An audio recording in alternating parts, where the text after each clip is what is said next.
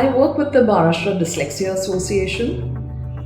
We are a 25-year-old organization which works with and for the benefit of students with learning challenges. We were a group of parents who got together initially in the mid-90s to advocate for our children. And when we realized that even basic information about learning disabilities was not available and not commonly accessible to schools and educationists, we got together to provide foundational access and then built them from the ground up. When my elder son was about 5 years old and was beginning to learn to read and write, we discovered that he was just not able to pick up those skills as fast and as easily as his peers were. And in a sense, we were fortunate. The extended family already had children who, in other parts of the world, had been recognized and identified as having learning challenges, and very specifically dyslexia. And since there were 2 or 3 children who were having the same kind of issues, we were pretty sure that it must be the same thing. This was in the 80s. So dyslexia was not known in India as it is today. And information was also pretty hard to come by because the internet was not really widespread at that time. The only information you could get would be through books and literature, specifically on the subject, which were not available here. As I said, we fortunately had an inkling of what the problem could be. My son was in a school which was very liberal and very open, catering to students' individual needs. And so they saw it as their responsibility to find out why a student was not responding to instruction and even enhanced instruction. And they also saw it as their duty to provide him with the kind of support that he needed. And also, I still remember very clearly the principal saying, until we find a way to help him, we should at least not do any harm.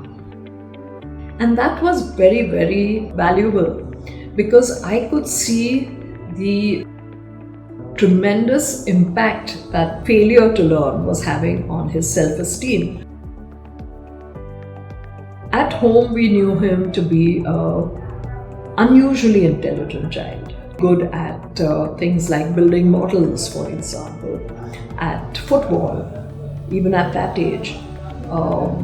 Very good physical coordination in some aspects.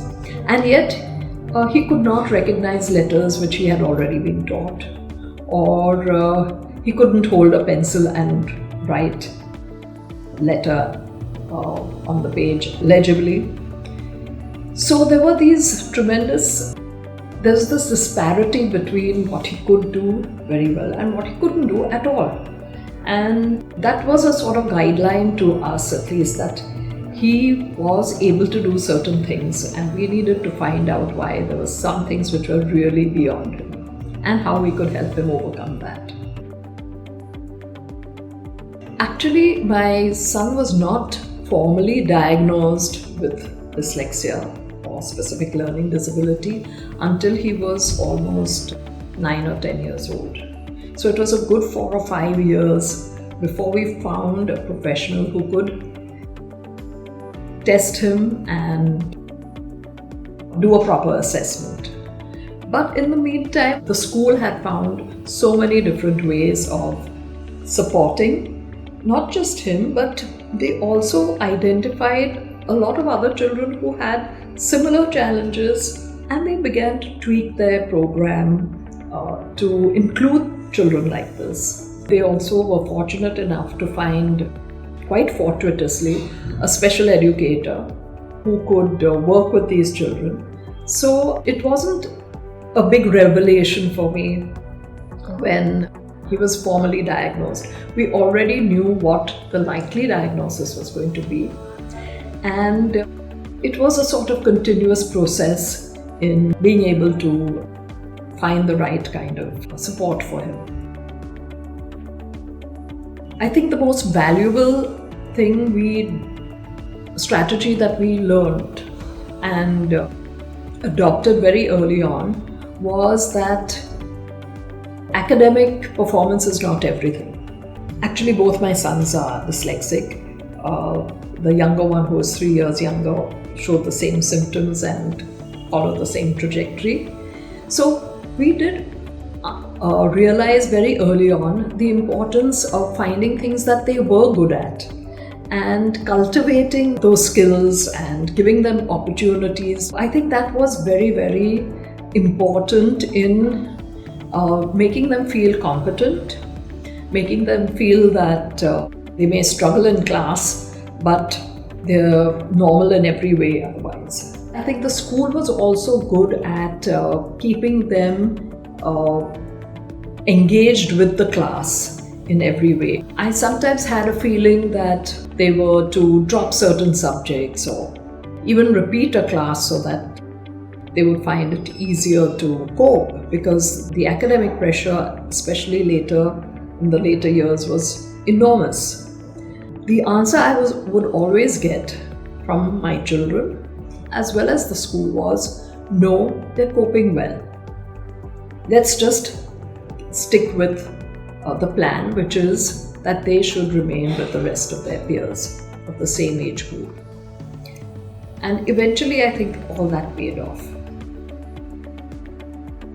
There were so many different supports that I am really grateful for. But I think the one thing that stands out was meeting professionals who were able to explain to me the holistic aspect of dyslexia.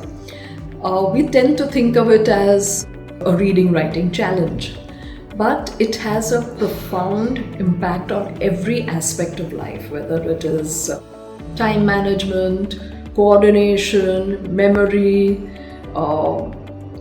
performing day-to-day functions, like even maybe brushing teeth and having a bath sometimes can be impacted.